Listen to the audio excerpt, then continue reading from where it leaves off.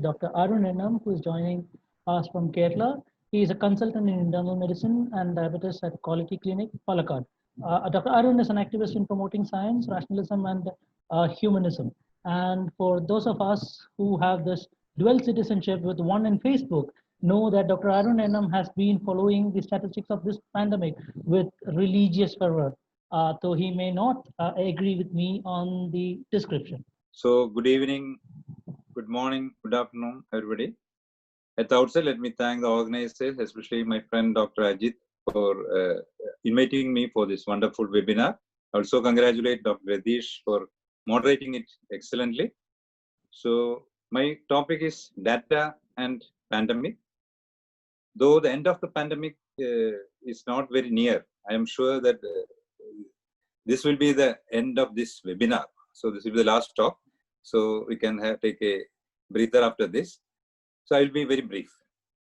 Along with the big three in break the chain protocol, that is the physical distancing, masking, and hand washing, I feel data and vaccines should play the most important role in preventing further infections and ending the pandemic. When I say data, I mean any information about COVID-19, not the big data or anything like that. Any information, could be big data, it could be anything. So any information about COVID-19 can be considered as a data. And it is a data which tell you whether this is a disease or an illness is an outbreak, or whether it is an endemic, whether it's an epidemic, whether it's a pandemic. And it was a data which told the Wuhan Chinese authorities that this is a human-to-human transmissible virus, though they realized it a little bit late. And it's also the data which made us make us use the mask, use the physical distancing, the break the chain protocol that we are using, all because of all the data that has been developed generated in the last 6 to 7 months. So data is very important, so that we know. Along with that, it was a data which made the Kerala government announce that there is a community transmission in India. The Kerala government was the first to announce it, though we were I think the last state to have the community transmission. Also, we know that quick and accurate data and data analytics can pinpoint areas of outbreaks and predict progression. Historically, we used investigators who go on to several houses and investigate like that. And historically, we also used hospital records. Now we have a lot of other digital means to progress, to monitor the progress of the epidemic. So real time, we can know what is happening in each and every corner of the country. So that data we have to use, but I feel we are not using it very correctly. We now have mobile apps. Arogya Setu app is there. I don't think that is not very good. Many of the other countries have used very good, especially South Korea and all, has used these apps, data from these apps to control their epidemic, and they were fairly successful. Even China was able to control the epidemic, maybe not due to using the data, but due to some other measures. So using data is very important in this COVID epidemic. So what we can do is, we have to have data. We have a lot of data that has been generated, but most of them is hidden. I know that state and central government had amassed a huge amount of data, because each and every COVID test, somebody is testing for COVID, they have to fill up a form, and the investigator, the person sitting there, the lab technician, etc., has to fill up a form. They have to do it in writing also, and they have to put it online also. So a lot of data is being generated by the government, but it is not being analyzed properly or timely. It is taking a lot of time to analyze all this data. I think they have, maybe they have a human power issue. A lot of people are not there working for them.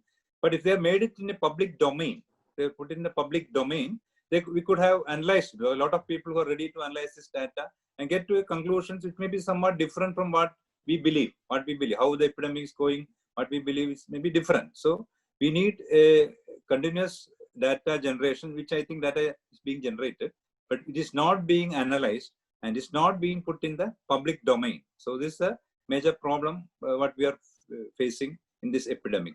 So I won't say much now. I will just conclude by saying, giving some suggestion to the government, whether it's the state government or the central government, about how to manage this data and what data is important. So one thing is release all the clinical data of positive persons, especially those who have succumbed to the disease. Kerala government has, I think, published data of 22 persons who have died. I think Indian government some state governments have given some data, but it's not very, what to say, not comprehensive. Now we have more than around 40,000 deaths we are approaching. So we should know which type of patients are dying. We know what are the symptoms in those patients. What are the blood tests which are red flags, which using that test we can identify them because they may become critical. So all these are important. So we need data, all the clinical data of patients should be there in the public domain so that future patients could be managed better. Now I think in Kerala itself, we private doctors will have to manage a lot of patients. So we want to know what is happening. Second, update testing data and positivity data daily, district-wise. It is not district-wise now. So we need a district-wise data so that not only us, all the local self-government, municipalities, panchayats, etc., can know what is happening in their area, and so that they can plan mitigation measures. So that's very important. Also, who are getting positive, whether they are symptomatic people or they are just contacts or it was some random people being tested, that data is not there. So we have to have that data.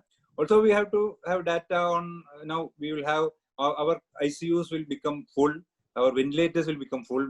So we should know where the beds are available, in which district, and in the district which are the hospitals that managing COVID. Many of the private hospitals will now manage COVID. So people don't know where they have to go. So which hospitals have beds, which hospitals have ICU, which hospitals have ventilators. All this data should be updated real time, maybe every day or every 12 hours. Also, classification of deaths should be properly done. What I have noticed recently is that many of the deaths with comorbidities are labeled as death due to comorbidities, not as death due to COVID. I think that is not the proper way. Both the WHO and the Central Health Ministry has given guidelines saying that if patient is already having existing comorbidities and patient have COVID positive, it is always better to label it as COVID-19 death with comorbidities. So in the part A, you are putting it COVID, and part B, it is comorbidities. Unless you are 100% sure that COVID has not played any role in that death.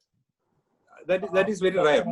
I think happen only very rarely. But many a time now, many of the state governments are saying most of the deaths are not due to COVID. So that should be changed. So I'll conclude by saying, I was brave enough to predict the end of the epidemic about 75 days ago in an article just published, in which I said that the epidemic will end in June 2021. I did that based on hope and a little bit of data, thinking that the vaccines will come and at least 50% of them people will get vaccinated, or at least some of them will get infected, immunity get infection. So I am still hoping that, I am still holding to that view that by June 2021, this pandemic will end. Thank you.